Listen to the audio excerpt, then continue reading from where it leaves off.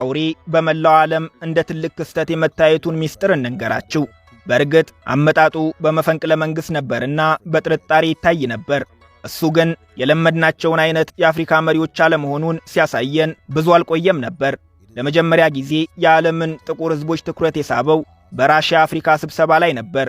የመሪዎቿ አማካይ ዕድሜ 63 ዓመት ከሆነባት አፍሪካ የተገኘ አይመስልም ነበር። ለአብዛኞቹ ልጃቸው፣ ለአንዳንዶቹ ደግሞ የልጅ ልጃቸውን የሚመስለው ገና 34 ዓመቱ ነበር። በዚያ ላይ የፖለቲካ ልምድ የሌለው ወታደር።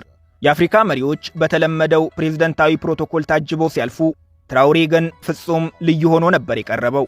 አለባበሱ፣ በወታደሮች ለተደረገለት አቀባበል፣ ወታደራዊ ሰላምታ በመስጠት ለወታደሮቹ ያሳየው ክብር፣ ከምንም በላይ ፑቲንን ሳይቀር የሸፈነው ቁመቱ በአካል በግልጽ እንዲታይ ያደረገው። ዋናው ቁም ነገር እሱ አልነበረም፣ በአዳራሹ የተገኙ የአፍሪካ መሪዎችን ከእኛ እኩል ያስደነገጠበት ንግግሩ እንጂ። የመናገር ዕድሉ ሲሰጠው አዳራሹን ኩም አደረገው። ቃል በቃል እንውረደው። ከዚህ ቀጥሎ የማደርገው ንግግር አባቶቼ የምትሆኑ የአፍሪካ መሪዎችን ሊያስከፋችሁ ስለሚችል በቅድሚያ ይቅርታ ልጠይቃችሁ። እዚህ የተገኛችሁትን የአፍሪካ መሪዎች በእኔ ዕድሜ ያሉ አፍሪካውያን ወጣቶችን ወክዬ አንድ ጥያቄ ልጠይቃችሁ። የእኔ ትውልድ ጥያቄ አለው። አፈሯ በማዕድናት የተሞላ የተትረፈረፈ የተፈጥሮ ሀብት፣ በቂ ውሃና የፀሐይ ብርሃን ያላት አፍሪካችን ለምን የዓለማችን ረሃብተኛዋና ድሃዋ አህጉር ሆነች? ይህ መልስ ያጣው የትውልዴ ጥያቄ ነው። አውሮፓ ለመግባት ባህር ሲያቋርጡ የሚሞቱ የእኔ ትውልዶች ይህንን ጥያቄ ለእናንተ እንዳቀርብ ያስገድዱኛል። እዚህ የተገኘን የአፍሪካ መሪዎች ሥራችንን በአግባቡ ተወጥተን በነበር፣ ወጣቶቻችን ሲጀመር አውሮፓን ባልተመኙ፣ ባህር ገብተው ክቡር ሕይወታቸውን ባላጡ ነበር።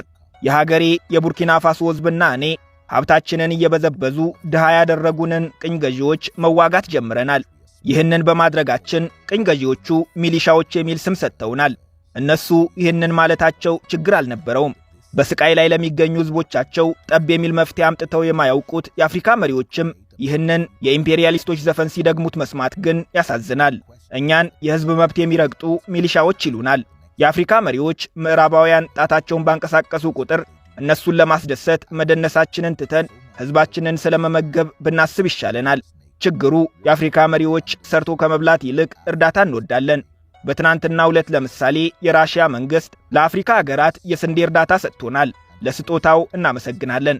የዛሬ ዓመት ተመልሰን እዚህ መድረክ ላይ ስንገናኝ ግን ተመሳሳይ እርዳታ ለመቀበል ሳይሆን ሕዝባችንን በምግብ እህል ራሱን እንዲችል አድርገን መሆን አለበት። በምግብ እህል ራሳቸውን ከቻሉ አገራት እርዳታ እንዴት እንደምንቀበል ሳይሆን ሀገራቱ እንዴት ሕዝባቸውን መመገብ እንደቻሉ እንማር። ይህ የኢብራሂም ትራኦሬ ንግግር ነበር።